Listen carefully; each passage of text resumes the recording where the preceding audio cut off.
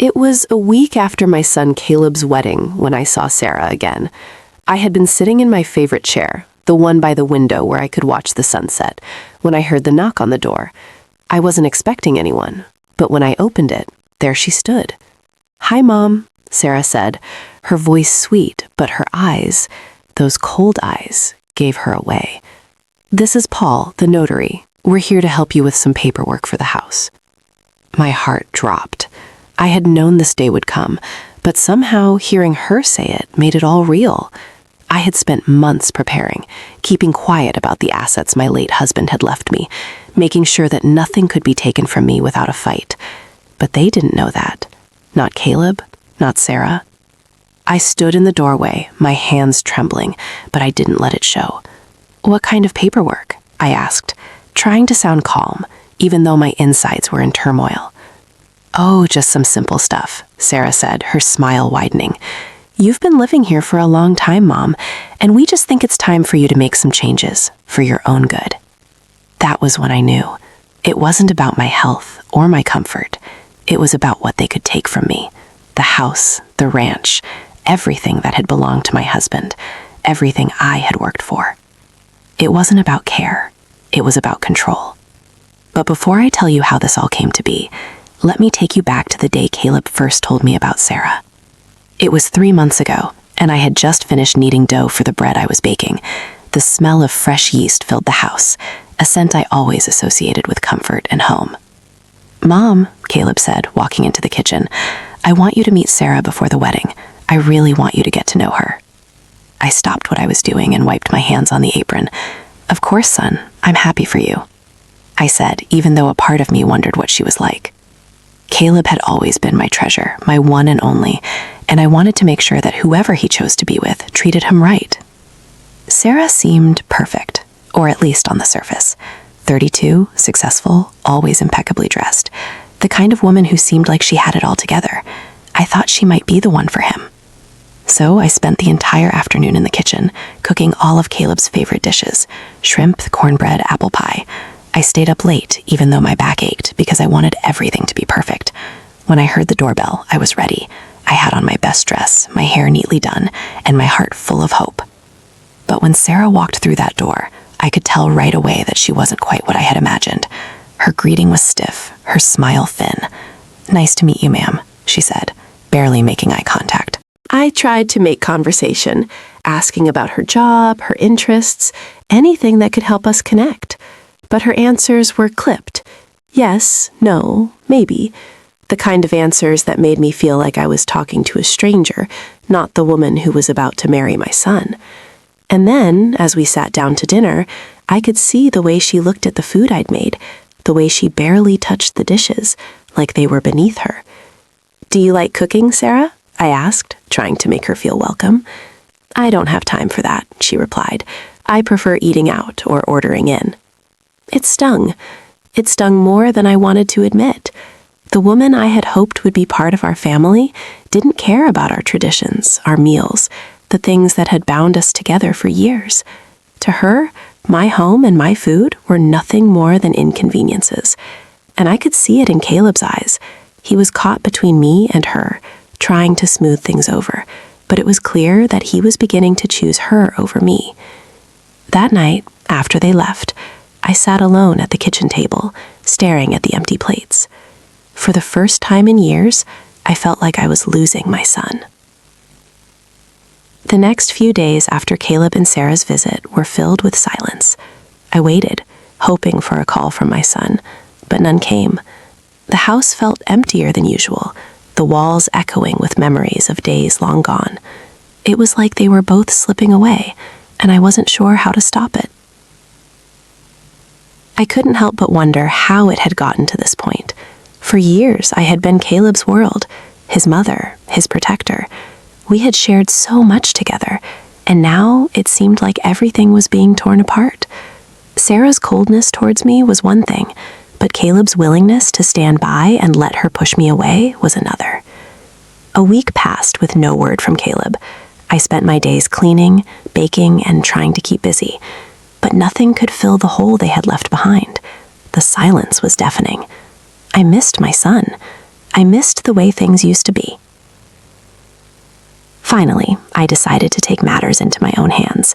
I called Caleb, my hands shaking as I held the phone to my ear. "Hey, Mom," Caleb answered, his voice distant. "Caleb, I wanted to talk," I said, trying to sound calm, though my heart was racing. "I haven't heard from you in a while. I thought we could catch up." There was a long pause on the other end of the line. I could hear the hesitation in his voice. "I'm sorry, Mom," he finally said. "It's just been a lot with the wedding and everything. Sarah and I have been busy." I forced myself to stay calm. "I understand, but I'd like to hear from you, Caleb. I miss you. I've been waiting for you to come by, to spend time with me like we used to." "Yeah, I know," he replied, but I could tell he wasn't really listening. "I'll try to stop by soon, okay?" That was it. The conversation was over before it even began. I hung up the phone, feeling the same ache in my chest that had settled there the moment they left. I was starting to realize something I hadn't wanted to admit. My son was no longer mine. He had changed, and I had no idea how to get him back. A few days later, I received another call, this time from Sarah. Her voice was syrupy sweet, as always.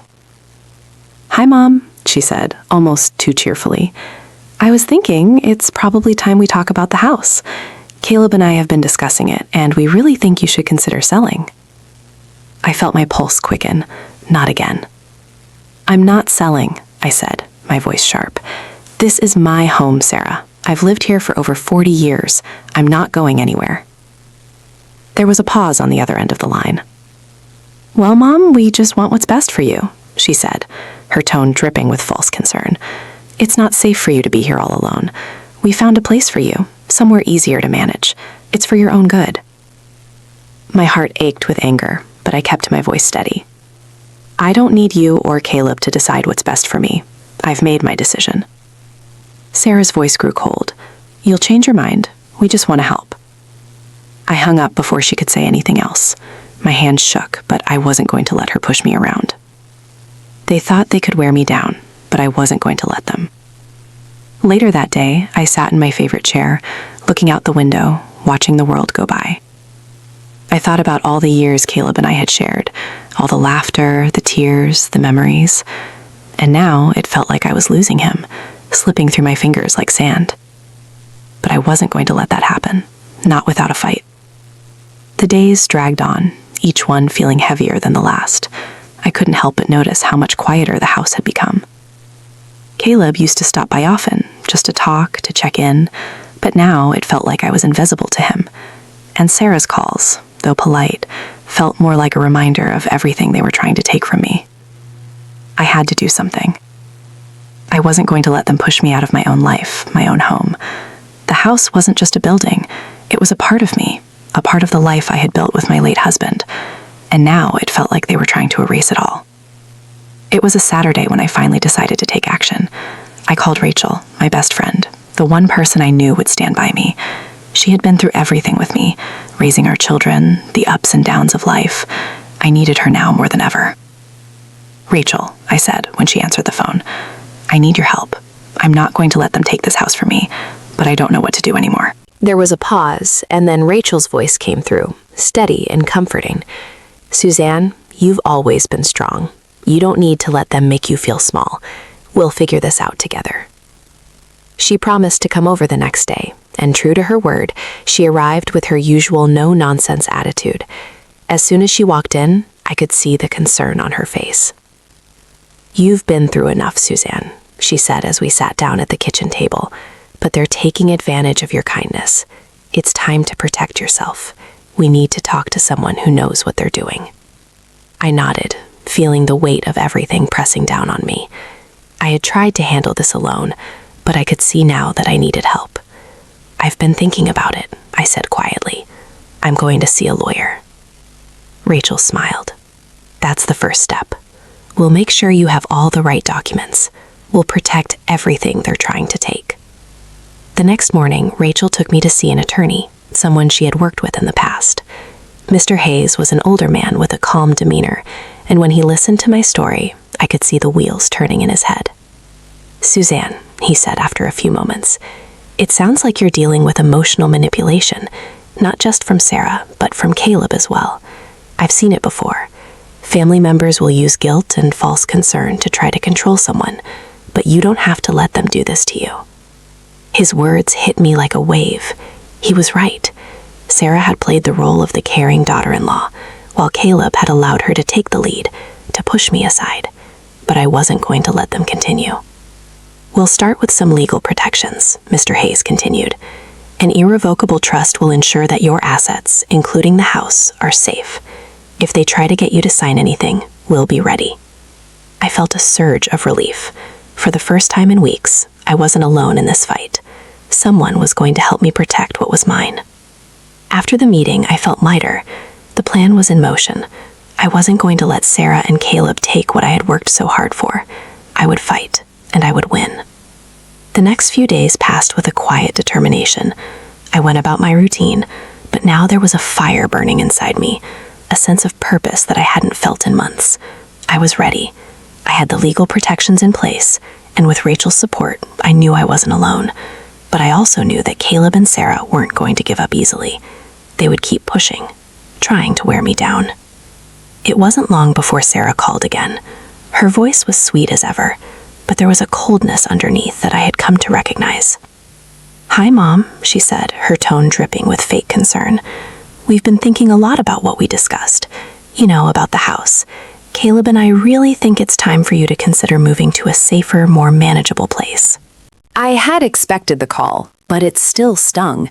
"I told you before, Sarah, I'm not selling. This is my home, and I'm not going anywhere." There was a moment of silence on the other end, and then she sighed, like she was speaking to a child. "Suzanne, you really need to think about this. You're not getting any younger. We found a place for you that's much easier to handle. It's time to stop resisting. We just want what's best for you."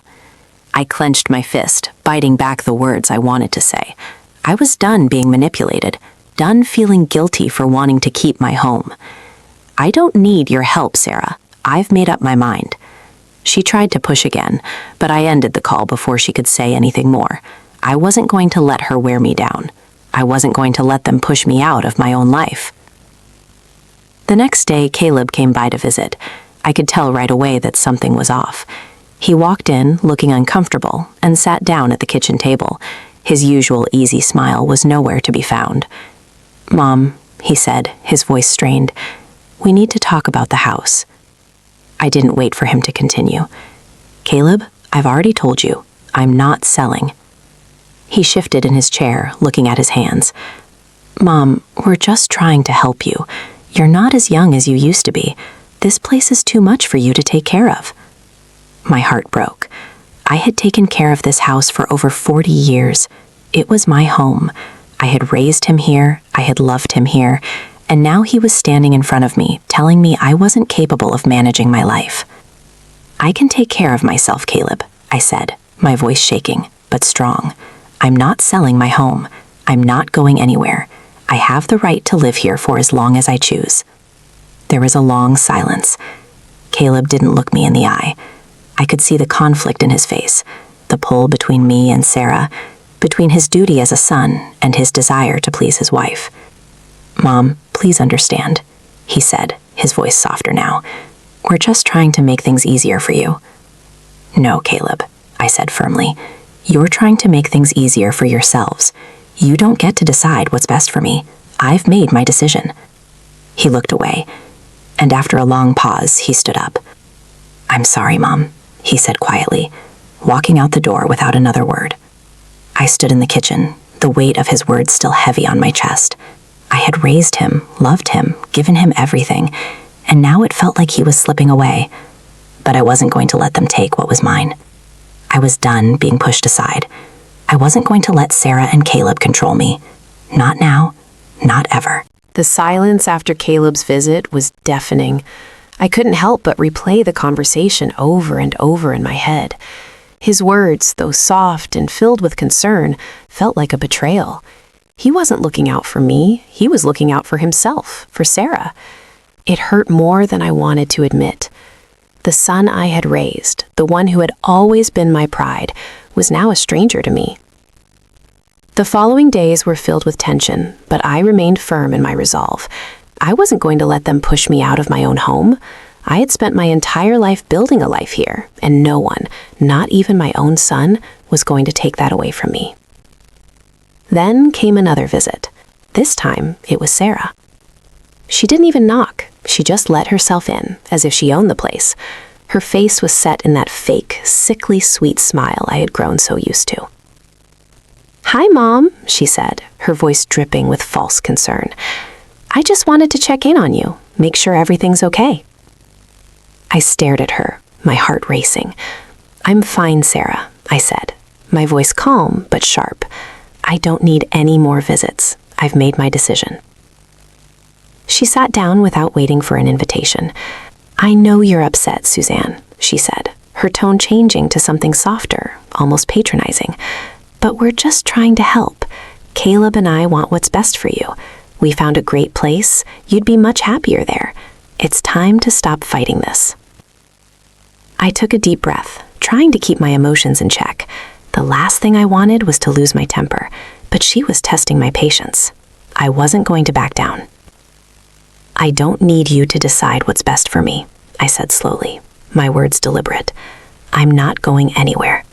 I've lived here for over 40 years, and I'm not going to just pack up because you think I should. This is my home, and it always will be."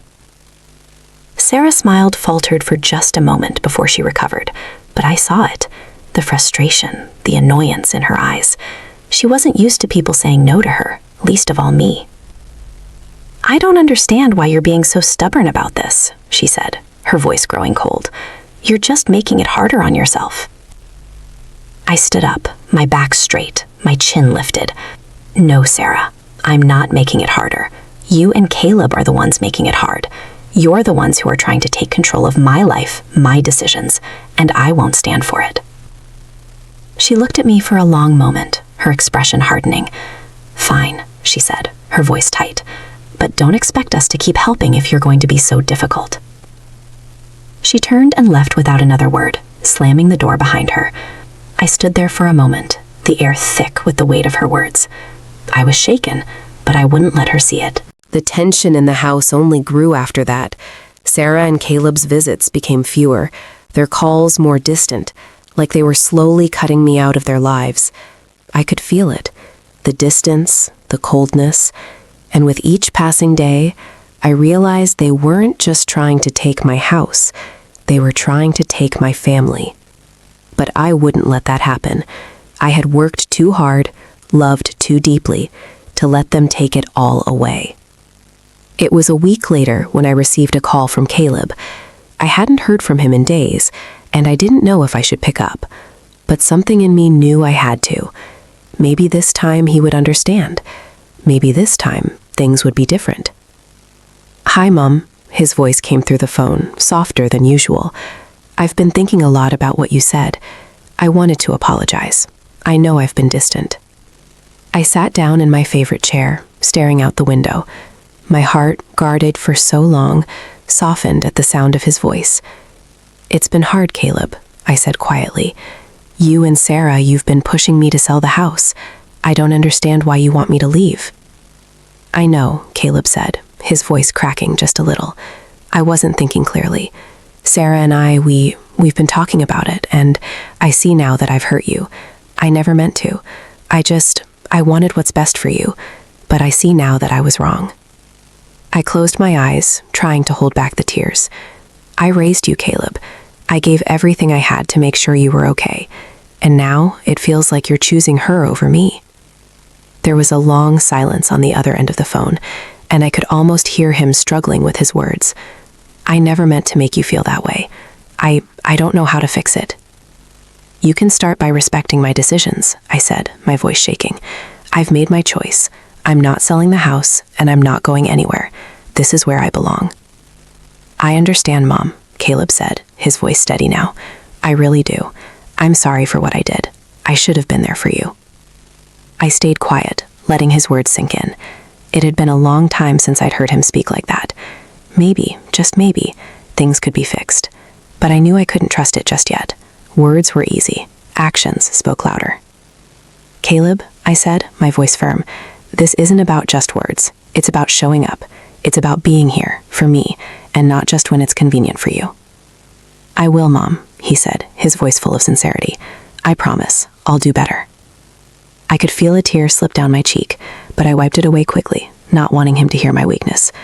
I hope you mean it, because if you want us to fix this, it's going to take more than just words. I know, and I'll prove it. I will. I'll come by this weekend, just you and me, like old times. I'll believe it when I see it, I said, a small smile tugging at my lips. After we hung up, I sat there for a while, letting the conversation settle in my mind. It wasn't a resolution, it wasn't a guarantee, but it was a start. And for the first time in weeks, I felt a flicker of hope. Maybe things could get better. Maybe Caleb and I could rebuild what had been lost. But I knew I couldn't be too hopeful. There was still Sarah, still the pressure, still the tension. I had to stay vigilant. I couldn't let them manipulate me again. But for the first time in what felt like forever, I felt like I had a chance to take control of my life again. The weekend came and I waited. I kept my expectations low, but a part of me hoped that maybe Caleb's words would mean something, that he was truly going to try to make things right. I spent the morning in the garden, tending to the flowers I'd planted when Caleb was little. It was a peaceful place, one where I could still feel his presence, his laughter, his innocence, all those little moments we shared. Around noon, I heard the car pull up, and for the first time in weeks, I felt a flutter of excitement. I wiped my hands on my apron, walked through the house, and stood by the door, waiting for him to knock. When I opened it, there he was, Caleb. He looked a little different, a little older, his face lined with the stress of the past few months. But he was standing there, holding a small bouquet of flowers in his hand. A peace offering, perhaps. Or maybe, just maybe, it was his way of showing that he was ready to try. "Hi, Mom," he said, his voice quieter than usual. "I know it's been a while, but I wanted to make it right. I brought these for you." I smiled softly, taking the flowers from his hands. "Thank you, Caleb. It's good to see you." We stood there for a moment, unsure of what to say. The silence was heavier than it should have been, but this was our first real conversation in a long time. I didn't know how to break through the distance that had built up between us, but I knew I had to try. For him. For me. "I've been thinking," Caleb said, his eyes downcast. "About everything. About Sarah, about us. I was so caught up in trying to please her that I forgot about you. I forgot about what really mattered." I nodded, feeling a lump form in my throat. "Caleb, I've always been here for you.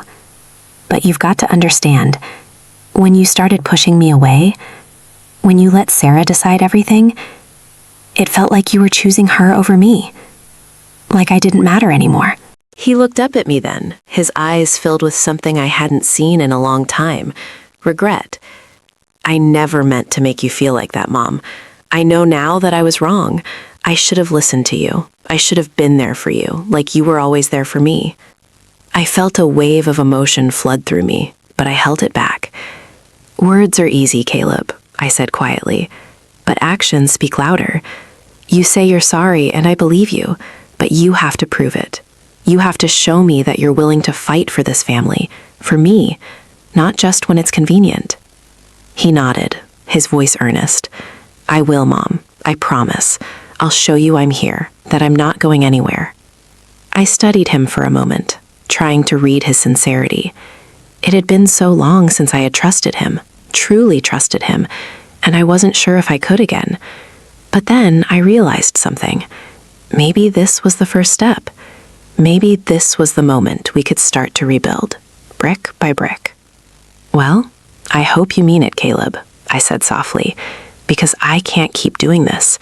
I need to know that you're here for me, not just for what I have or for Sarah's approval, but because you love me, because you want to be my son again." Caleb reached out then, pulling me into a hug, and for the first time in months, it felt like I was hugging my real son, the one I had raised, the one I had loved, the one who had slipped away, but was now slowly coming back. "I love you, Mom. he whispered into my ear, "and I'm sorry. I'll do whatever it takes to make things right."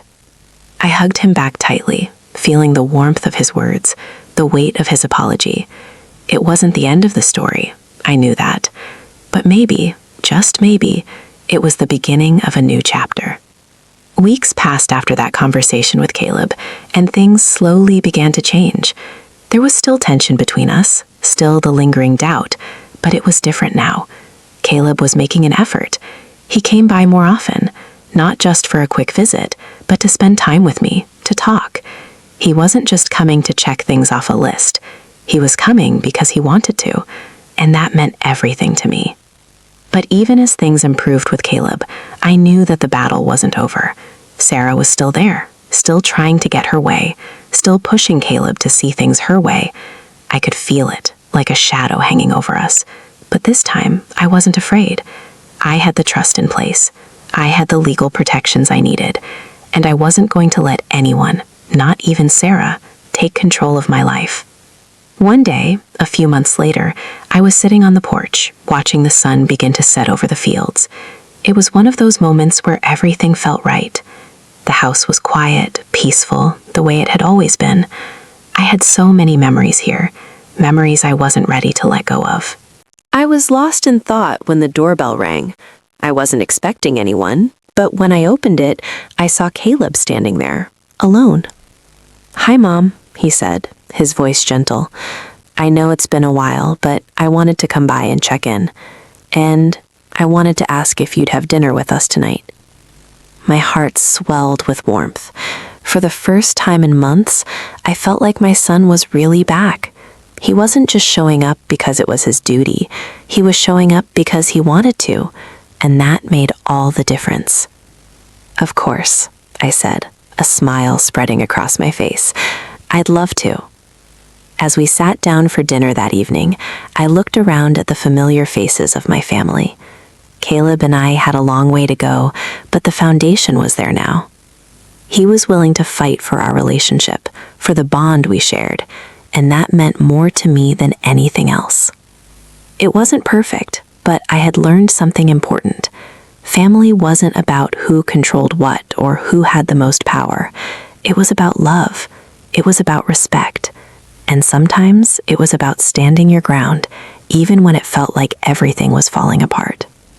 Caleb and I still had a lot of work to do, but for the first time in a long time, I felt hopeful.